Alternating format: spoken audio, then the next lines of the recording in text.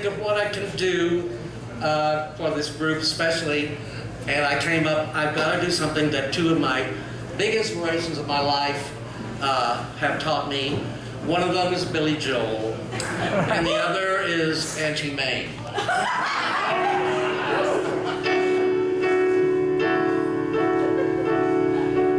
Open a new window, open a new door, travel a new highway that's never been tried before you find you're a dull fellow, punching the same clock. I was born in 1946. I was a war boom baby. We lived on 724 Meadow Lane in Bryan. That was our first house. It is a block away from this theater. Where this theater is, it was a Skyway drive-in, and we could see the drive-in movies from our house. We'd build forts and tree houses, and we'd play movies. And I lived here most of that time until I went to Scotland in 1956. What does Broadway mean to you? I love Broadway. Oh, crap. Really. I love it. I love theater. I really enjoy it. I've always wanted to work on Broadway. Always. As a child in Scotland. When I was in Scotland, I really discovered musical theater. My Fair Lady was a huge international hit at the time, and I would go to the base library and check that record out every week, or when it was there, I got it.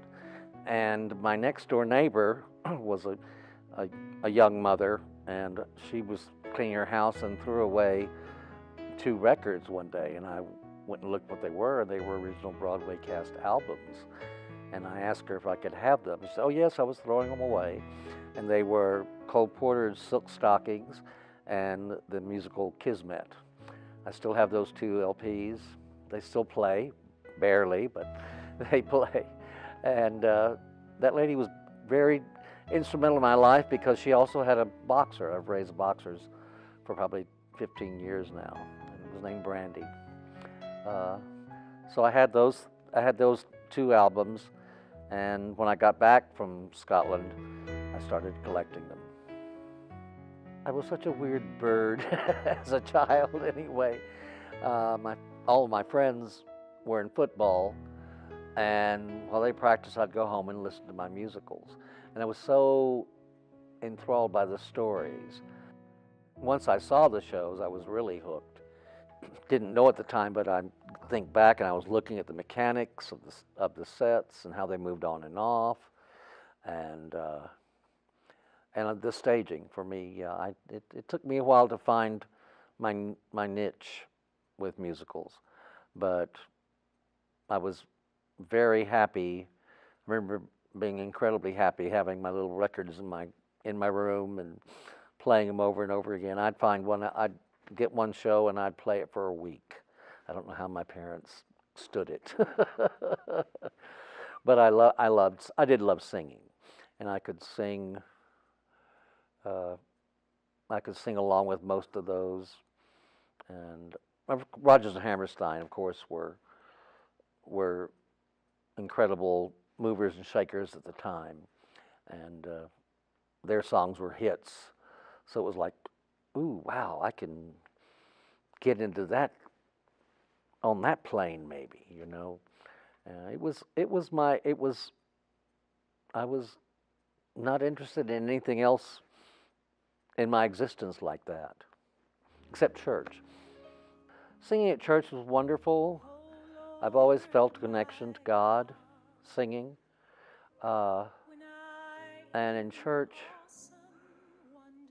I was always able to just let go and just let God come through me. And when I was growing up, the church was, especially in a small town, was the social hub of all activity.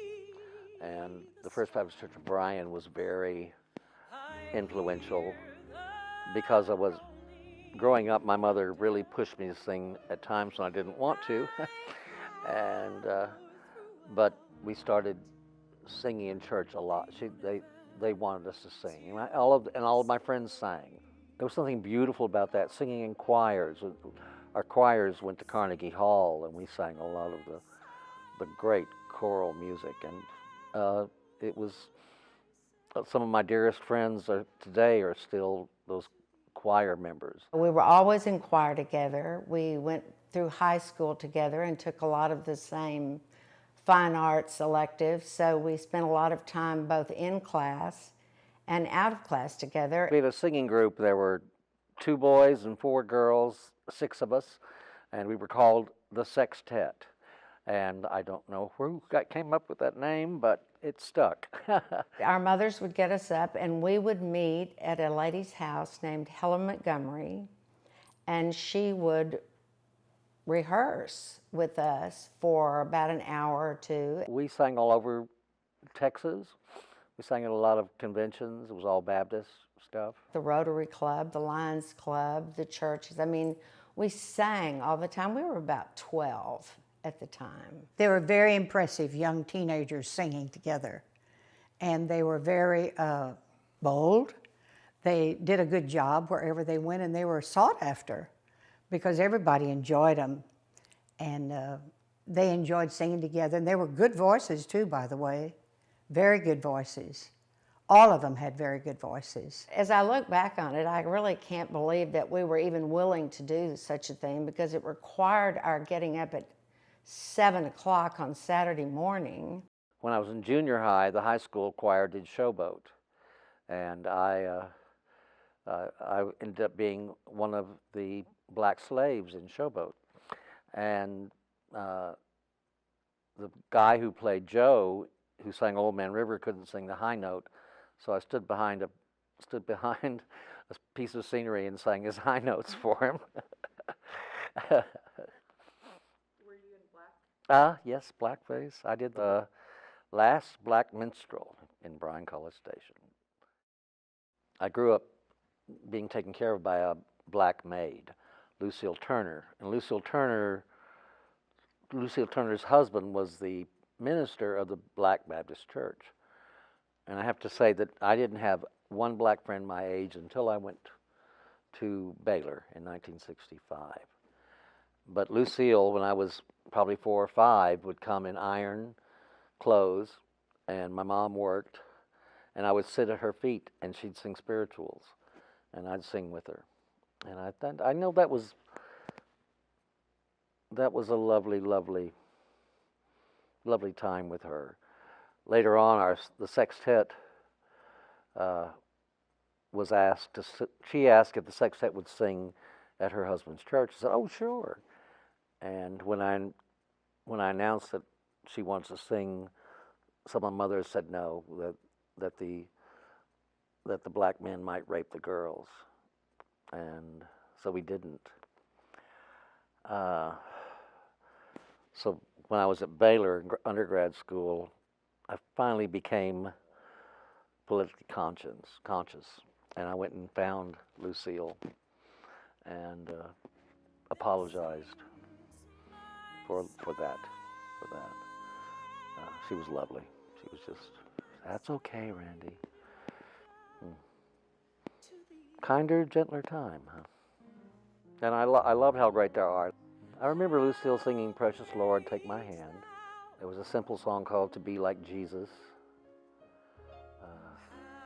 in which I had a high soprano descant. And the night before we were supposed to sing on TV and sing that arrangement, my voice changed. It was in the 8th grade. Talk about uncomfortable. I was singing falsetto like this.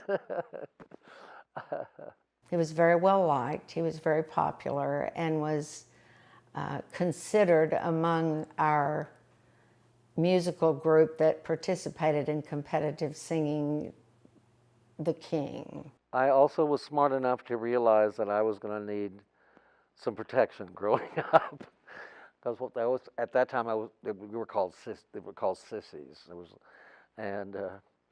So my good friend Dale Vick, I met him in the 6th grade. He was crazy, but they were all football players. He was just a likable guy because he was so talented. Oh, they loved it. They thought I was going to be church choir director. Oh, you're going to be a church choir director. They were very excited when I was in New York and was performing there. My father was a little pragmatic about it, and I was trying to make the decision. In high school, I thought maybe I should be an architect, and A&M had a good architecture school, so I took mechanical drawing, and I think it was the only C I made in high school, so it was kind of God saying, go ahead. When I went to Baylor, I got a full scholarship in singing. In the summers, I got a job as a singing waiter on the Blue Ridge Parkway in North Carolina, a place called Blowing Rock, and where they hired kids from all over the country to wait tables and sing. And I did that every summer. And we did shortened versions of musicals. I did Cabaret and Mame and Funny Girl. I didn't like the life of a musician. It was so much practice, practice, practice, practice. And I'm a social being, I always was. So I pledged a fraternity so I could have a balance in my life. I was there from 1965 to 70, and there was a lot of political upheaval at that time. Even at Baylor, we demonstrated against the Vietnam War, and of course the Baylor people said, University of Texas students come down and demonstrate against the Vietnam War at Baylor University. And pictures of us walking by. So I got a BA in music and English. It took 5 years. I took an extra year. I wanted to learn to write, and it was what I was supposed to do. And Tina Piazza, my voice teacher, was incredible. Then I had an English teacher named Ann Miller, who was just brilliant, and we were close friends until she died. I sang at her funeral. Those two women, and then my directing teacher later on, Patricia Cook. I really had a lot of women in my life who really influenced me greatly. I did get to teach Randy for a while when he started taking voice lessons from me. And he took from my teacher at Baylor at my suggestion. And her voice teacher was Tina Piazza at Baylor. And so I went to Baylor to study opera with her. I was going to be an opera singer. Her technique was outstanding, very effective technique. She studied under Maestro Melocchi. In 1958, there was a little paper that came out, and it said the great maestros of the Rossini Conservatory, and it told about Maestro Melocchi, that he had been recognized as one of the greatest voice teachers in the world. So I had the opportunity to be in that studio and hear all the corrections. I had my little book, you know, and I wrote every little thing down. Mm-hmm. And she was under his direction and learned under him and learned his technique for teaching voice. And she passed it on to me and passed it on to Randy. But studying opera and knowing what I'd have to give up personally in life, would I have to take care of myself, have to cut myself off from everything and just take care of la voce? I didn't want that. The American musical for me was very much, I could do it. I could sing along with the records. I related to the stories. But I knew I wanted to go to New York, and it was too late to try to get theater in, and I thought, well, I'll go to New York and pick up some classes. Yeah, right. It was a different Broadway then. It was on the cusp of becoming very dance. I didn't know that, and I was never a great dancer. So mostly it was singers, and I thought if I can sing, I can get in, and I did fairly well.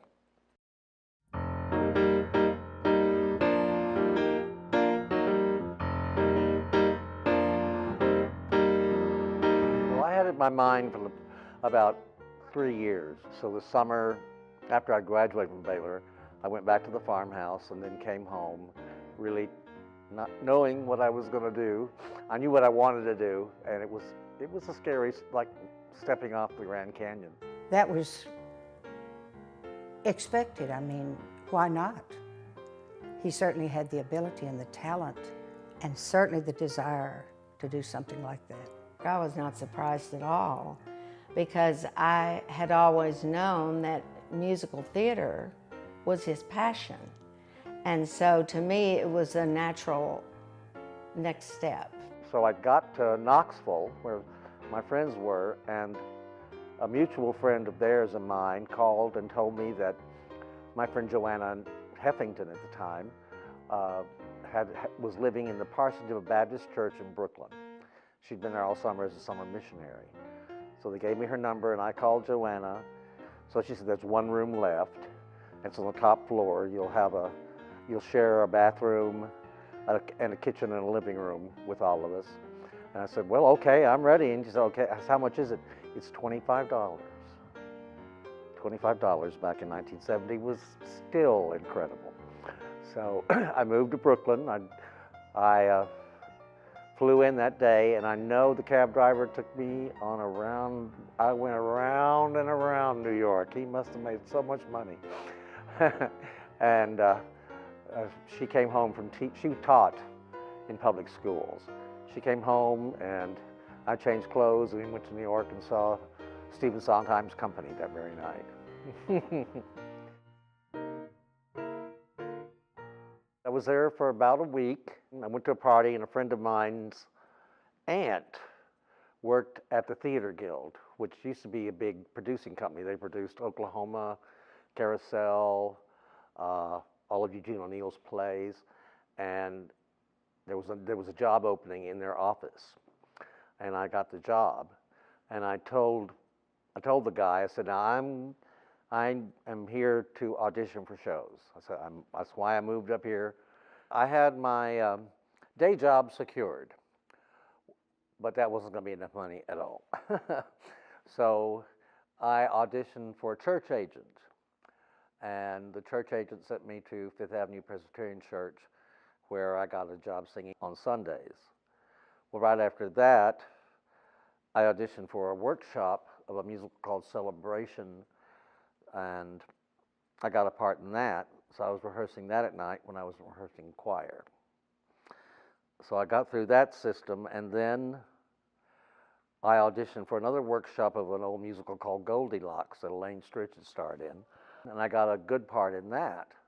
At the same time, I also auditioned for Club Benet, which is a dinner theater run by the Mafia in New Jersey, and I got a part in that, but that was pay, plus they fed you. And so I was doing 2 shows, working in the daytime, and singing in church. I was working all those jobs, and I still had no money, but company you could see on a Saturday afternoon on the last row of the balcony for $4.50. I would watch that just to keep my spirits up when I still wouldn't be getting jobs.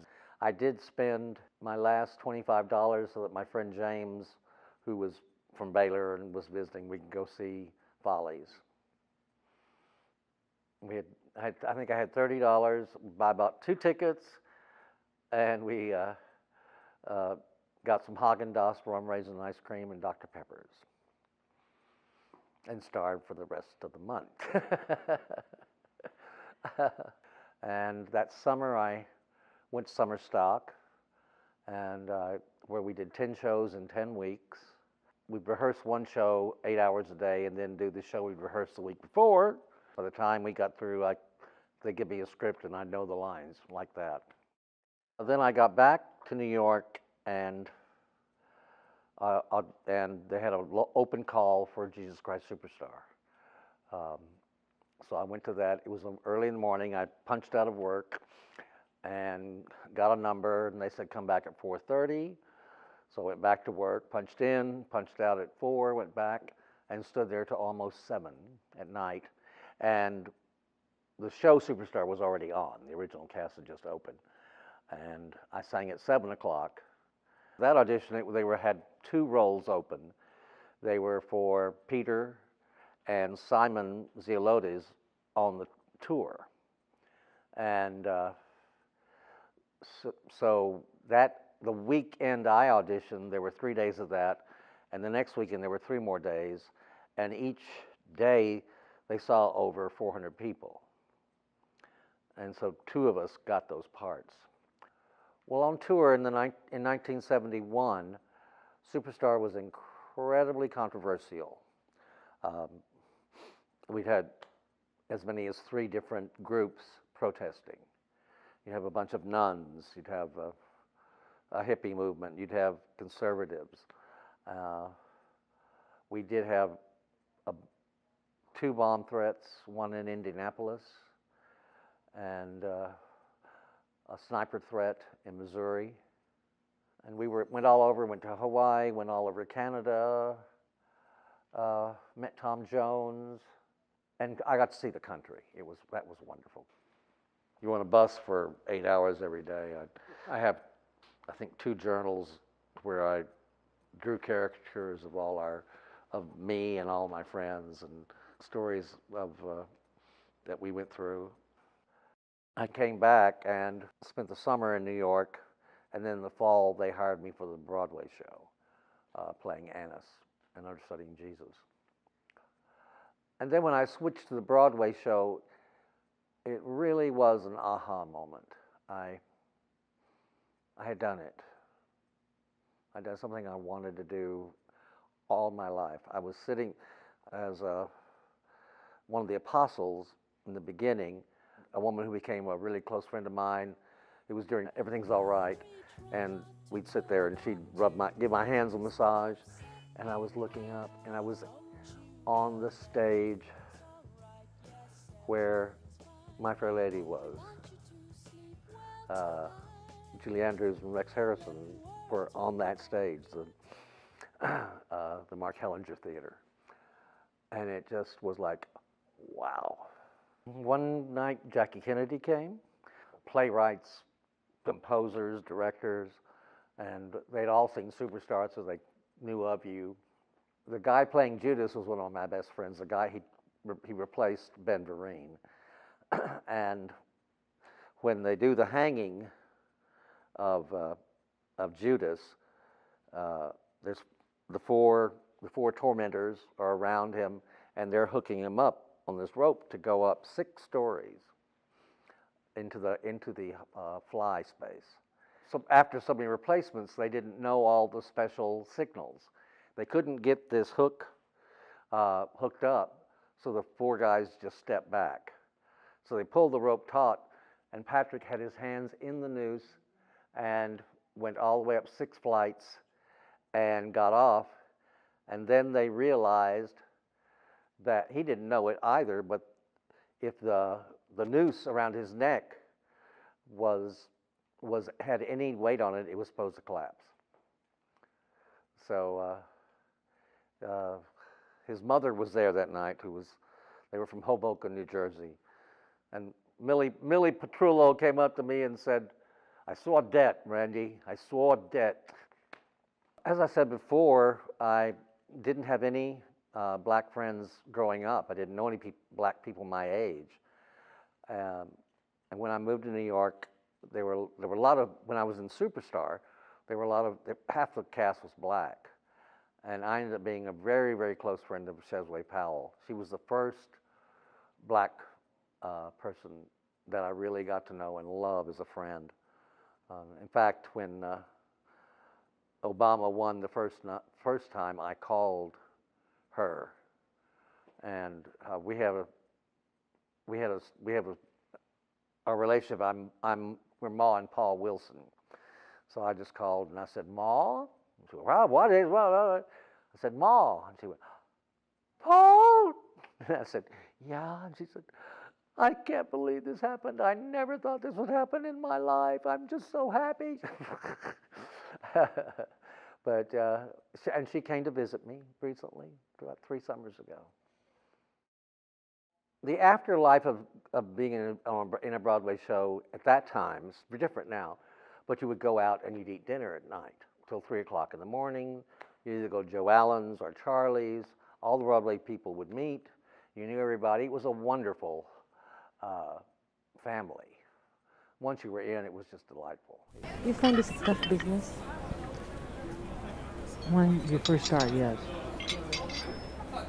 It's getting in the doors and it's a matter of knowing people and them knowing you, and a lot of that. And after get your groundwork into the business. It's not so bad. Why do you need to know people if you have talent? I would think that would be enough. What can your talent do? You can sit at home and just hum all day and won't do anything. It was exciting being in New York when you're in a show, especially a hit show. Oh my goodness. All doors are opened, and it's an exciting experience. It really is. New York's your bubble. So I was very lucky to be able to do that. So Superstar ran for 3 years. Should have run longer, but the Mark Hellinger Theater was wanting to bring in Ellen J. Lerner's Gigi as a stage show. So they would tell people that it was sold out. And so we closed, I believe, in June. And I auditioned for Joseph Papp, which is the Public Theater, which are the producers now of Hamilton and Fun Home. After doing that, someone saw me and then asked me to audition for a Royal Command performance for Princess Grace and Prince Rainier at Monte Carlo. And it was a show called Your Own Thing. The show was just one night there also. And that was the beginning of, hey, I think I'm in the business. I think I'm going to be good here. Because Rudolph Nureyev asked to meet me. Princess Caroline asked for me to sit with her at her table. I said, okay, so that was cool. And from there, I went to London because a friend of mine was in a production of Two Gentlemen of Verona. Sam Wright, he was the father, the original father in The Lion King, the daddy. And he said, Randy, I've got this girl who's after me. Would you please just take her off my hands, take her to dinner? Because he was living with a woman. He said, Mandy's getting upset. And I said, okay, sure. Well, this girl was 15 years old. She was 7 feet tall. Well, of course, she talked like this. She was from England. And so we sat, and it was wonderful, and we had a good time. And she said, how long are you here? And I said, I'm here for a week. And she said, oh, well, come to my mummy's and my screening of the film we just did. I said, okay, what time is it? It'll be at 10 o'clock in the morning. I said, okay. So I got there. Well, her mommy was Patricia Neal, and her daddy was Raoul Dahl. They became very close friends of mine. Whenever they came to New York, I'd see them. So I was feeling good.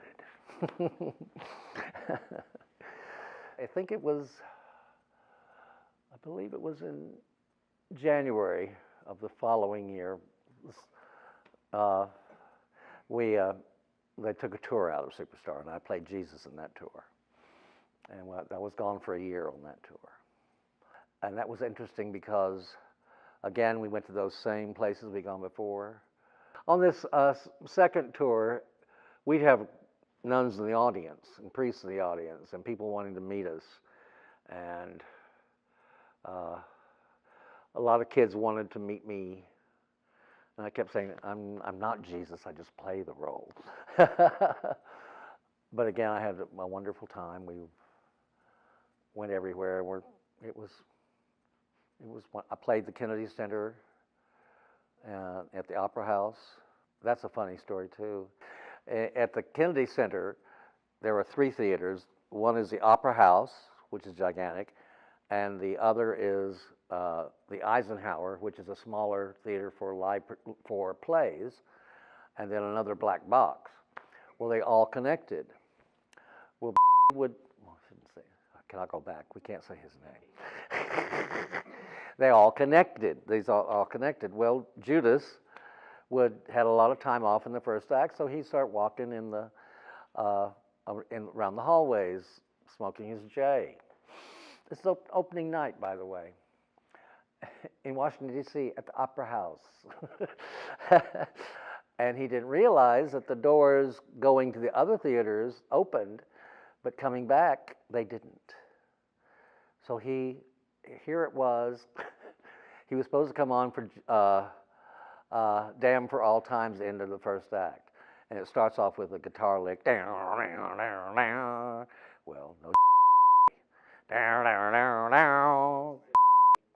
I said,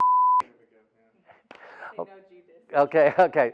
So, yeah, no Judas. There was no Judas.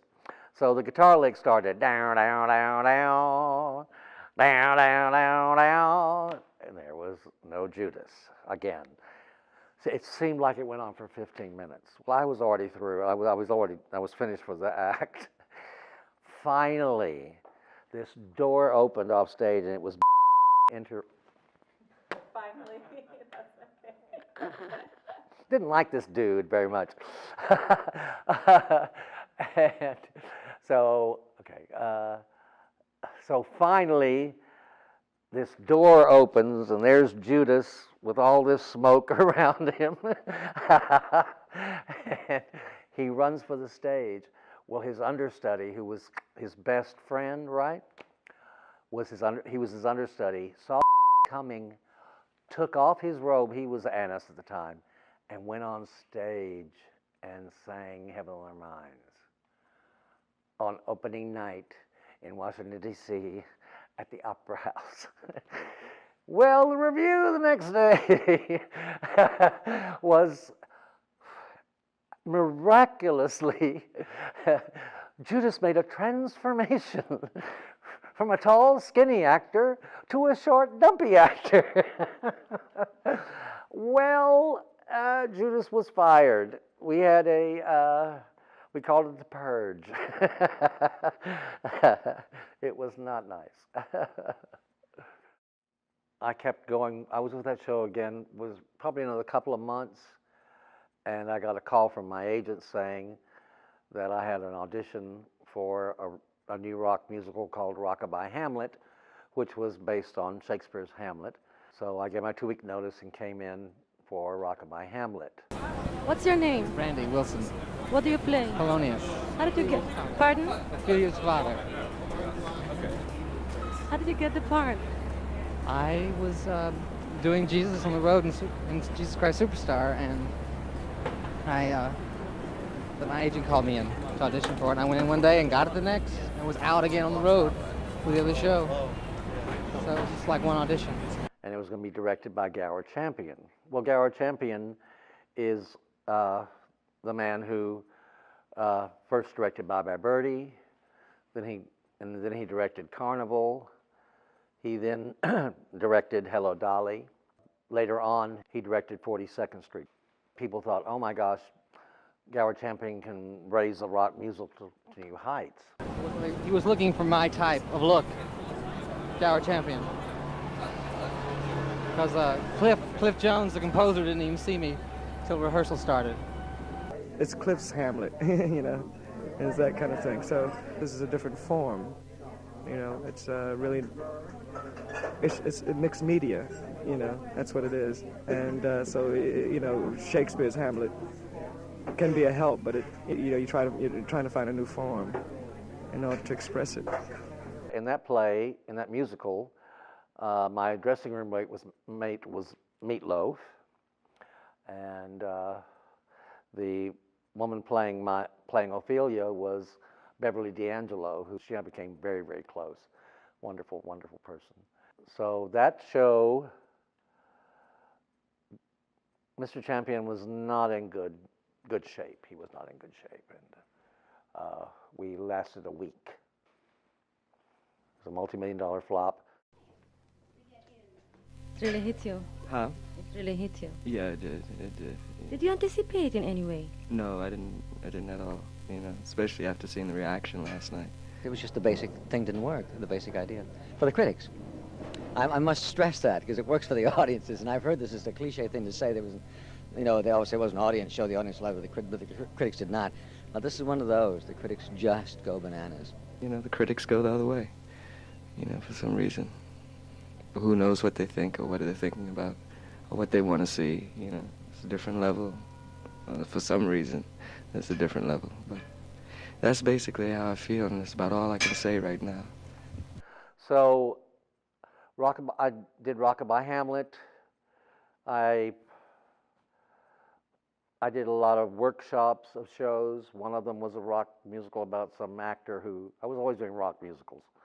I was in the finals always for Shea in Evita when it went on tour on Broadway.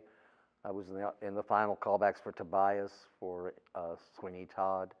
It just wasn't working, but I happened to have time to write a musical about Lord Byron and Shelley that was produced off Broadway at the Lion Theater Company. The mountains and the sea mingle, and not in vain.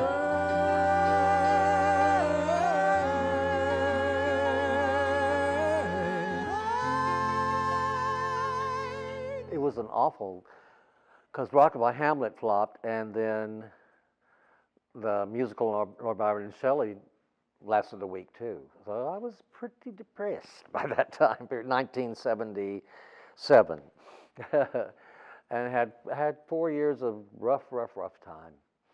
It was really hard. It's a matter of surviving till you get a name for yourself. And you have to either live in New York or LA, Los Angeles.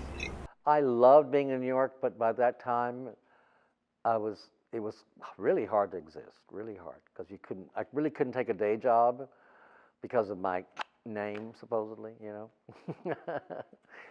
And so it was time, it was hard. I miss that New York. It's not there anymore. It shifts all the time. There's always construction going, and there's none of the little specialty shops and little drugstores, little bookstores, little nooks. So commercial. And of course, no one can afford to live there anymore.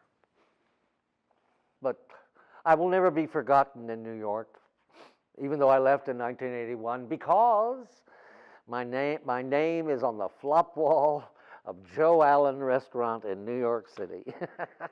Joe Allen is the place where all the people hung out. It was a theater hangout. Now it's kind of not really a tourist trap, but on this brick wall across the side of the restaurant are all these flop musicals, and there's Rockabye Hamlet right in the middle, with my name and Meatloaf's name right next to it. I knew I wanted to do something else. I had never been happy acting. I'd been happy in my life, but acting was really hard for me because I'm a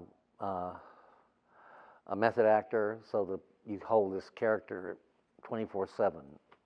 Couldn't let it go, and so I really thought I wanted to write more. So I left New York in 1981 because I was broke and went home, and it was then that Baylor University offered me to get my master's for free and money to live on, and so I took it. And I really wanted to learn more about it. I wanted to learn why I liked one show and didn't like another. I started directing immediately. We did little small scenes, then we do bigger scenes. We did mostly scenes from shows. My master's was directing Eugene O'Neill's play A Touch of the Poet, where I got my idea about doing a musical Burr, of all things. When I was in Baylor grad school, that's when I first started working with children. One of my good friends ran the Oak Tree Art House in Waco, and it was in the middle of the poor area of Waco, and it was funded by the United Way, and we worked with at-risk kids. And really, that's how I started with theater company, working with kids.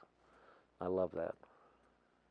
So when I finished my thesis, I moved back to Bryan and was living with my father.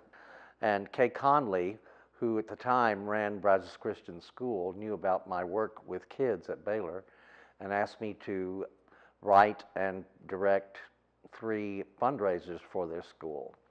And it was during one of those performances, one of the mothers of one of the children I was teaching came up, and she was Pam Wiley. She was president of Imagination Station, which became the theater company. And she asked me if I would be interested in being the artistic director for close to nothing.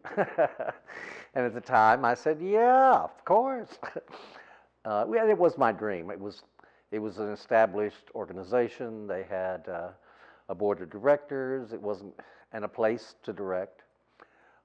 It was located in the oldest grocery store in Bryan College Station downtown. A lot of responsibility and a big commitment to work on it. We've rehearsed for 4.5 weeks now, and then had 3 weekends of shows. And all these people are volunteer people. And I think let's give them a round of applause.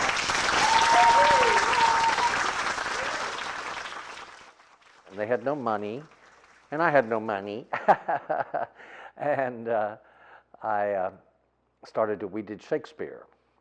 And to bring the kids into it, we did Midsummer Night's Dream. And the kids were Titania's Fairy Court.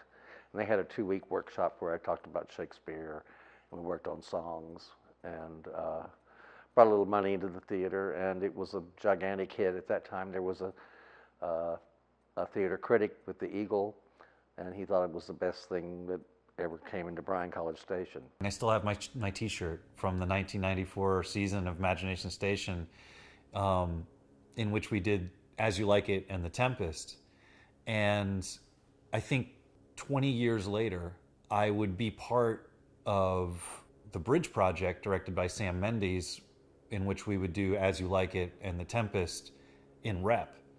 And you know, Sam sat us down the first day and said, the reason I chose As You Like It and The Tempest because I feel like they're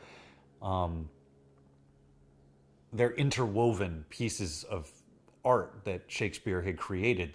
That the Forest of Arden is Prospero's island after the fall, and all of these things. And I sat there and listened to Sam, you know, discussing all this stuff, and I laughed, and I was like, yeah, I did this in 1994 for the same reason.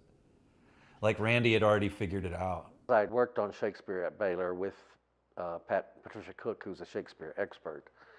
That was where I got everything about musicals, because Shakespeare usually is a musical. It's so much crowd and movement and duels, and he has 3 or 4 songs in each play that he does.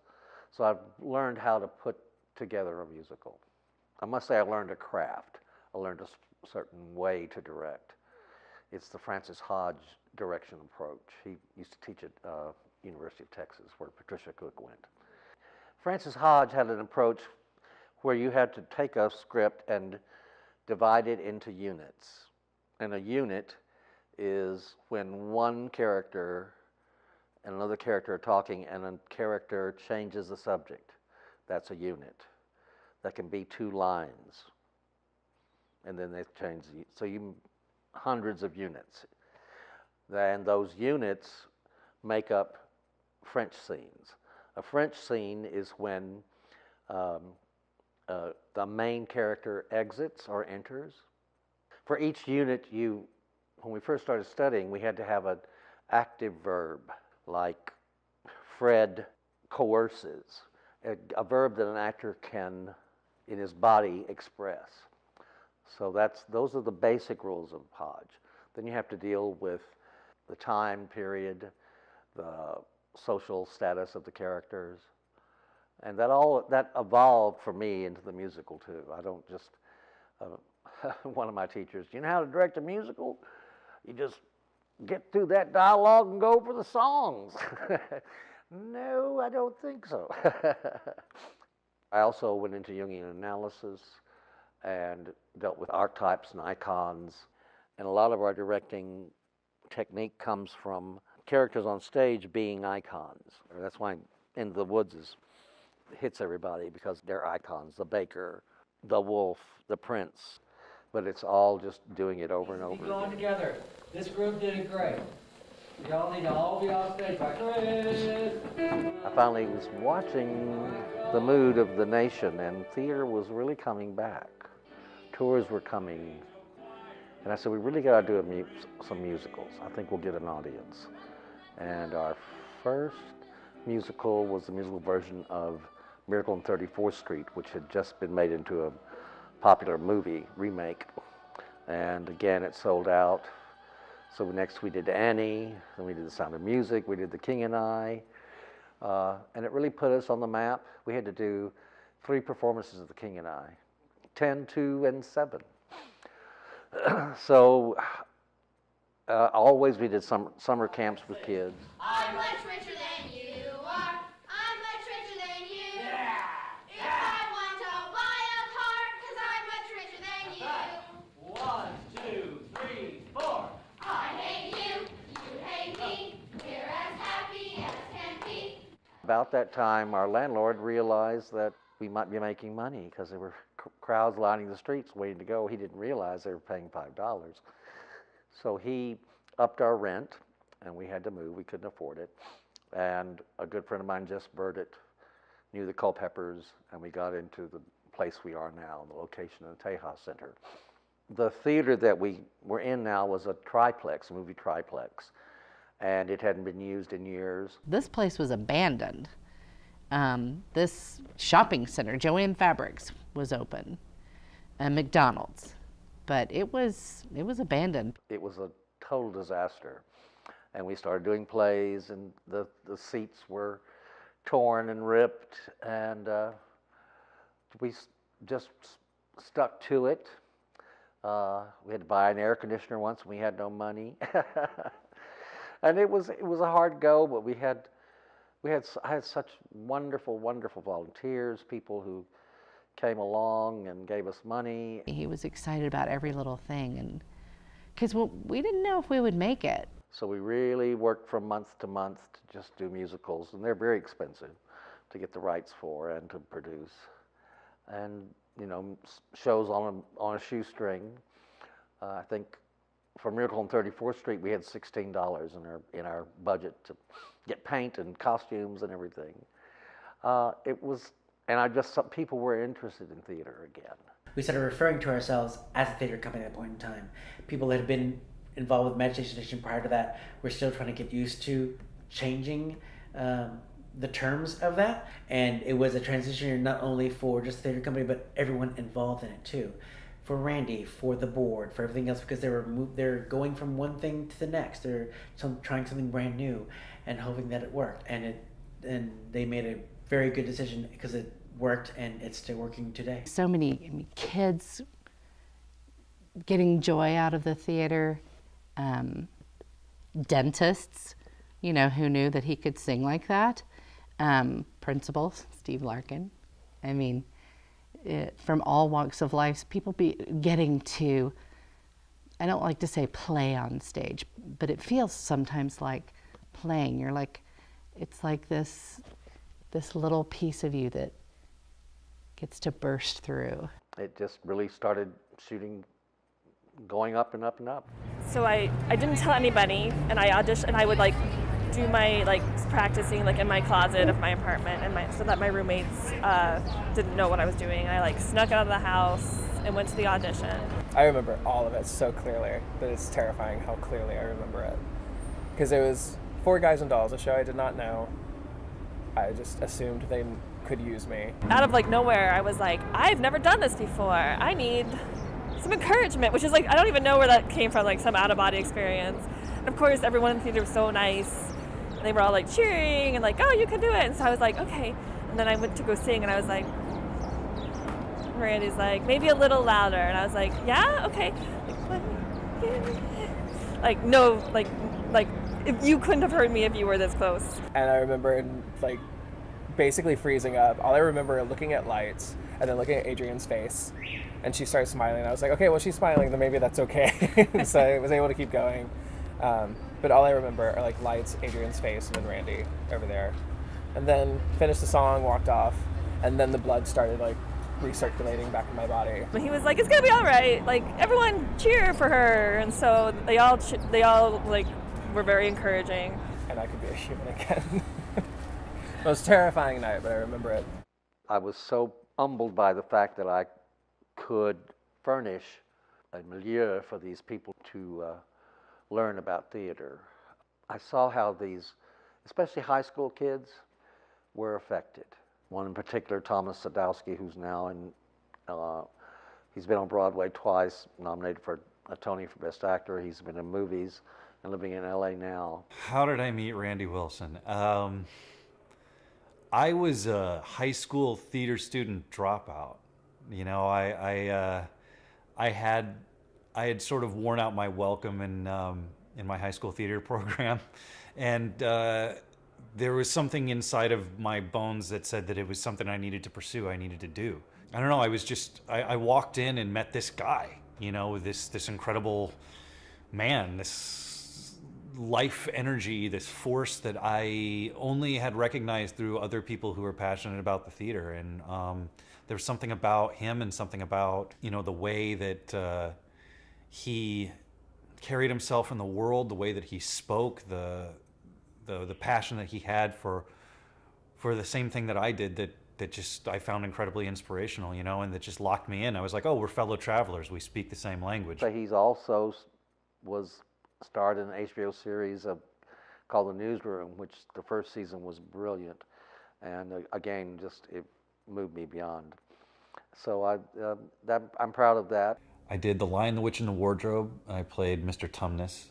I was in The Tempest. When I directed Hamlet, he was Hamlet, and he was a high school kid and just took the language and the emotion, and I had a ball directing him in that. I mean, this kid I think he had just graduated from high school.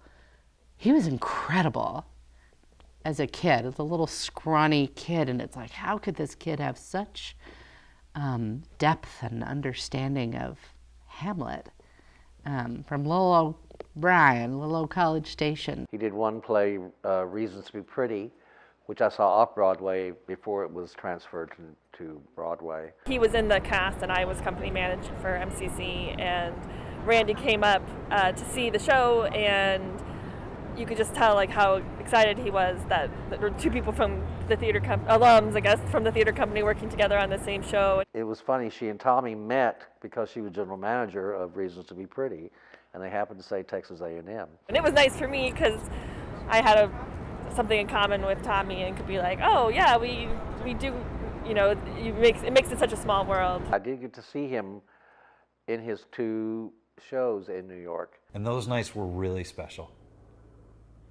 because I knew he was there. And that was hilarious because afterwards he said, it was so surreal, Randy, to hear you laughing in the audience in a theater in New York. And I could hear him, I could hear that laugh, you know? So when I came backstage, I had to announce you, and it said, Randy Wilson to see Thomas Sadowski. I got to have him be backstage with me and see where I was and what I was doing, and it was incredible, you know? I get to take it and give it to him and be like, see, look what I did. You know? Look what you helped me do. See what I'm creating? See? And it was amazing. I mean, it was, you know, I got a Tony nomination for Reasons to be Pretty, and I got to share that with him, you know? And he told me it was going to happen before it even happened. You know, he knew before I did. He said, you're going to get a Tony nomination for this. I said, oh, man. They don't give Tony nominations to kids from College Station, Texas. There's a lot of our actors have gone up there. And it's not easy. It's not easy. But if they really want it, you've got to really want it. You just audition. And it's a tough business. Did something so sporadic and not guaranteed whatsoever, no matter how talented you are. You're going to get a lot of rejection. You're going to face a lot of people who are very unfair. You're going to face a lot of nepotism. You're going to face a lot of sexism. You're going to face a lot of all of those things. You've got to really be able to tough it out. And I've told you my story, so you have to be ready to starve. It's great you lose weight. Hold hands, everybody hold hands. Gracious Father, please come in. There was a moment. Everything stopped in my life when I was touched by God. It was like God was there. It was just incredible. And in many ways, every show that I do, I'm trying to find the God in that show. I'm trying to find God's plan in that show, the journey these characters have to find that. Take, for example, Man of La Mancha. He's crazy. We're all crazy. We all have delusions. We all have illusions. We all have strange goals. We have people that don't believe in us. We have people that do believe in us. And Quixote is probably more in touch with God than anybody else in that play. The governor says madmen are the children of God. And I think that's a huge, important line in the piece. I've been very lucky to direct shows that I've seen. I also got to direct Jesus Christ Superstar twice, a show in which I was in and doing different roles. And each time I've done it, I've got to revisit me at that stage of my life and what I was going through. And it's been for me the measure of myself and where I am now. Most of my life has been about emotional challenges, if that makes sense. My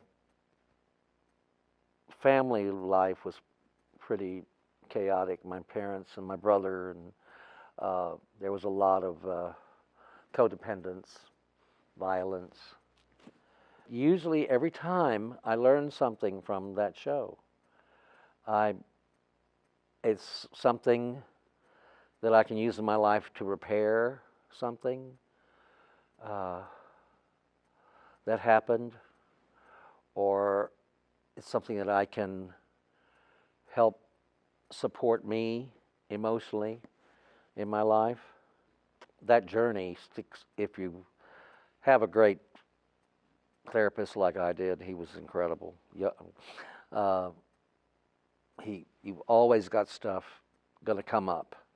It's the next time you go into the woods. You're going into the woods with more ammunition, more things to help you get through it and learn more. People having maybe not physical challenge, so much physical or war or that kind of thing, but chaos, emotional chaos in their life. I'm very interested in that. I love Sweeney Todd because of that. He doesn't quite make it. None of those characters do. What's wrong with you? This is crazy old man. Oh no! Oh my God! Don't I know this? I love Fiddler on the Roof for that reason. Fiddler on the Roof. That's a very spiritual journey. My life has always been spiritual. I've gone from a Southern Baptist to a Buddhist to Episcopalian, and now I'm a fallen Catholic. And I definitely believe in Jesus. I definitely believe in God, and I have all kinds of faith, and faith keeps me going so much of the time. As a director, I'm usually moved. It's very tiny, and I'm probably the only one that sees it. But as I block you actors, I tell you to go from here to here. And sometimes I tell you why you go from here to here. But if we run a show, I get to see you act from here to here. I get to see you fill in that space. And then I know that y'all have learned something, that y'all have grown. Marshal, you will kindly instruct these men to replace that ladder. Now, Isaiah, that isn't funny. No, now maybe he'll appreciate being at home more. Jane, this is most undignified. It is, isn't it? All right, the fun is fun. And I've also been lucky to be able to write shows. I really went into directing because I wanted to learn how to write a musical. And Brian and College Station afforded that for me. Him being able to come home and to bring the thing that he loved to life, stories, and to be able to write stories. And watch them come to life was so exciting to him. Candy Rose, who was at that time the city manager of Bryan, asked me to write a musical about Bryan for their sesquicentennial. That's a hard one. He actually wrote it as a commission, I believe, for the city of Bryan, to give the story of how Bryan was founded. I was excited to get that he wrote something, you know, and that I got to be in it. That was an honor. And to be a part of Bryan's history. So I went through a lot of history of Bryan, College Station, the library, and found Harvey Mitchell. Arthurisa Jane Foley, will you do me the great honor of becoming my wife? I'll take you, Harvey Mitchell, for better or worse, though I'm sure that the worst will win out in the end. Harvey Mitchell was the man who was most important about bringing Texas A&M to the area. And he just had an incredible life. He was jack of all trades, and I just fell in love with his story. So I wrote it about him, and it was funded by the city of Bryan. We did it for one weekend, totally sold out.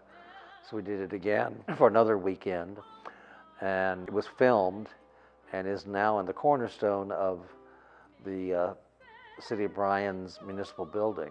It was the history of Bryan, you know, so you came to see the history of Bryan and how Bryan was actually founded, you know, from the very beginning when it started up until almost by the time we performed it. That was exciting, being able to do something for the city, you know, feeling, understanding where Harvey Mitchell came from. It's like, oh, that's why that's an important name. The more I learned about musical theater, the more I saw where some of the influences came from. It's like, wait a minute, that sounds like this a little bit. I think he probably a little bit like Lin-Manuel Miranda delved into the history of it and really just what you need to do, researching the time. Also, the theater company commissioned me to write a musical version of Little Women that we did. Now you're gone before your time. We go on the left behind. Wander home in the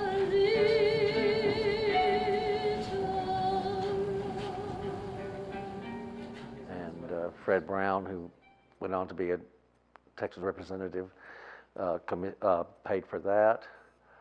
And then I had been working for years on a musical about the life of Aaron Burr, and I said I was at a point where I could finish it and we could do it, so they commissioned me to go ahead and finish that, and we produced that. Besties, bastard son. Oh, what a night. Oh, what a fight. Lurid details as they were hurried out of sight. Next day, Joe Nell in bed was bandaged and was bled. Fell off his horse, she said. Next day, of course, he's dead. And that was about 6 years before Hamilton. So I put my money on the wrong dude. And it's when you see an actor is on stage singing and acting your song, that is something, it must be what it's like to have a child on stage.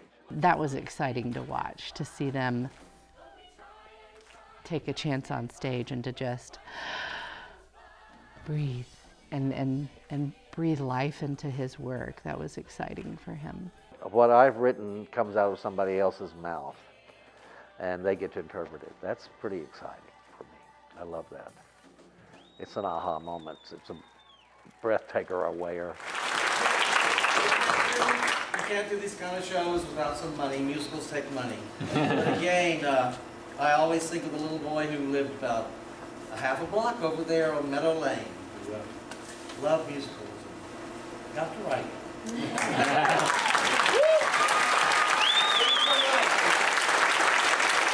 Being back in Bryan College Station and artistic director of a theater is something I never thought I would do. I never thought I'd end up back here. And I certainly never thought I'd enjoy it. And I adore it. It's it's the best job in the world. His love of the theater, his love of the musicals was so contagious that it was impossible to be in his presence for very long and not really get excited about what you were doing. He was able to take people who had never been on stage before, take kids, take people who had done it a ton of times before, and make all of them feel like they could do it. He saw the potential in people and encouraged them to do things they didn't think they could do. But with his encouragement, people attempted things that they would never have attempted without his encouragement. Because of Randy, I moved to New York. I sold everything, my car, my clothes, my furniture. Because of Randy, I learned what it was like to go into a all-inclusive theater. Because of Randy, I wouldn't be here, really. I don't think I'd be in New York. Because of Randy, my whole life took a direction that I would have never expected. Because of Randy, I have my life. I got to travel all over the United States doing my favorite musical for 8 months. I have learned that theater can encompass anyone and everybody all the way across. I wouldn't have the friendships that I have, for sure. And I don't think I'd have, like, the confidence in myself. It gave me a place inside to have that same confidence and believe that home at some point was going to exist for me here. I'm in a job that I love, where I still get to feel like I'm teaching and giving back, but it allows me to live in New York City. That there is no such thing as sing in color or sing in gender or sing anything. You see the person. Like, would I even be here now? Would I still end up in this place, or would I just be back in Texas? Those doors were open to like some really shy, basically bookkeeper from Arlington, Texas, and to give me the push that I needed to kind of find my bigger journey. Because of Randy, my dreams came true.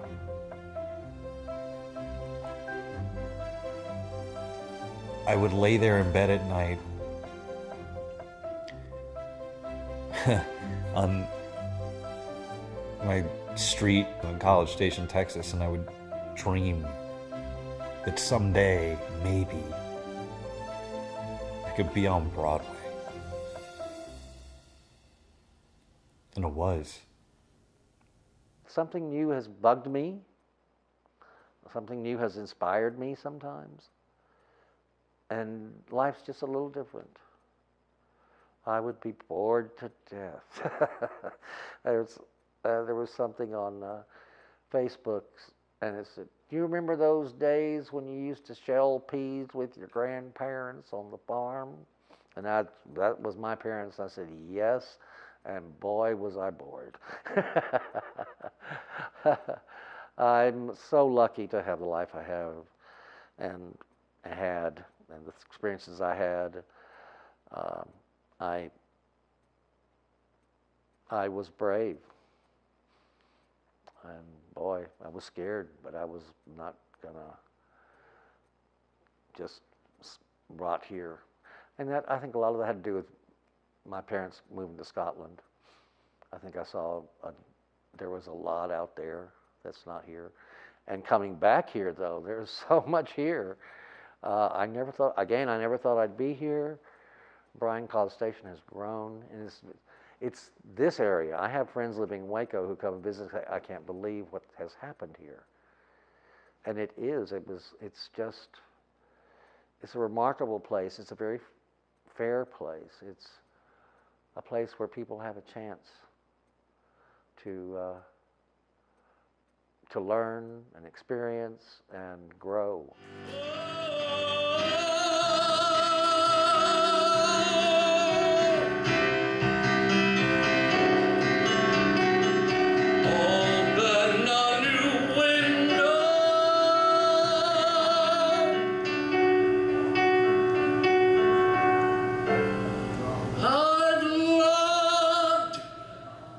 These days.